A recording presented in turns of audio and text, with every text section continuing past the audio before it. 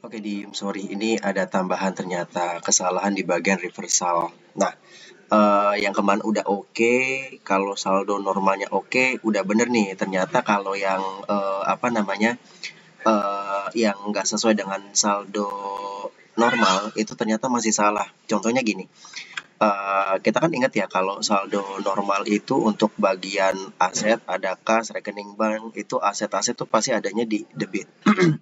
Kewajiban-kewajiban itu adanya di kredit. Terus untuk modal ada di kredit gitu ya. Nah, ini gue coba untuk bikin transaksi di mana transaksi itu kontras dari saldo awal. Contoh, gue bikin transaksi di bawah saldo awal ya. Ini saldo awalnya gue bikin sengaja kontras juga nih. Nah, jadi ternyata pas gue cek itu pada saat gua bikin transaksi kontras, jadi dibikin minus lah ya.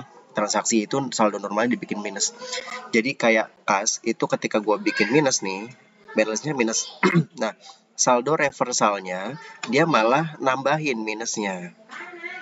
Seharusnya ini dia bakalan sebagai pengurang adanya di sisi debit. Nah, jadi logiknya gini sebenarnya, untuk saldo reversal itu nggak selalu kontrasnya dari saldo awalnya, tapi dia harus ngeliat dari balance-nya gitu ya. Kalau balance-nya ini adalah minus gitu ya, minus, berarti dia harus kontrasin banyakin di debitnya gitu. Jadi harusnya ini 1000 ini adanya di debit sehingga nanti ketika minus ditambah plus jadinya kan nol gitu ya. Jadi saldo awalnya masuk. Nah, begitu juga dengan akun-akun yang lainnya, Dim.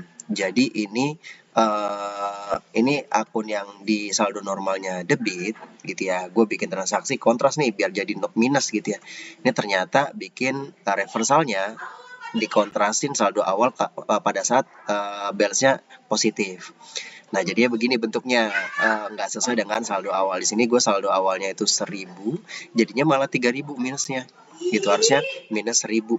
Kayak gitu. Ini yang ada di bagian kas, rekening bank, piutang. Ini sama semua nih, piutang, persediaan barang, terus di piutang lainnya. Ini masih di eh, kelompok aset semuanya gitu ya, kelompok aset nih. Ini gue bikin transaksi 1000, ternyata balance-nya itu 10.000, jadinya kontras jadi 12.000 minusnya. Begitu juga di bagian akumulasi juga sama. Terus apalagi nih, utang tuh yang di saldo normalnya kredit gitu ya. Saldo normalnya kredit, bener nih untuk ngebalancing, untuk supaya ngenolin gitu ya, dibuang ke akun ininya, debitnya. Nah, akhirnya alhasil positif semua nih, jadinya negatif semua gitu ya. Nah, begitu juga di hutang, hutang pemegang saham. Nah, ini jadi intinya masih belum oke lah. Reversal itu nggak ngambarin bener-bener nol, tapi malah nambah lagi minusnya gitu. Jadi itu temuannya, Dim. Semoga ngerti ya. Kalau nggak ngerti nggak apa-apa, feel free buat kayak biasa kita untuk tanya-tanya lagi.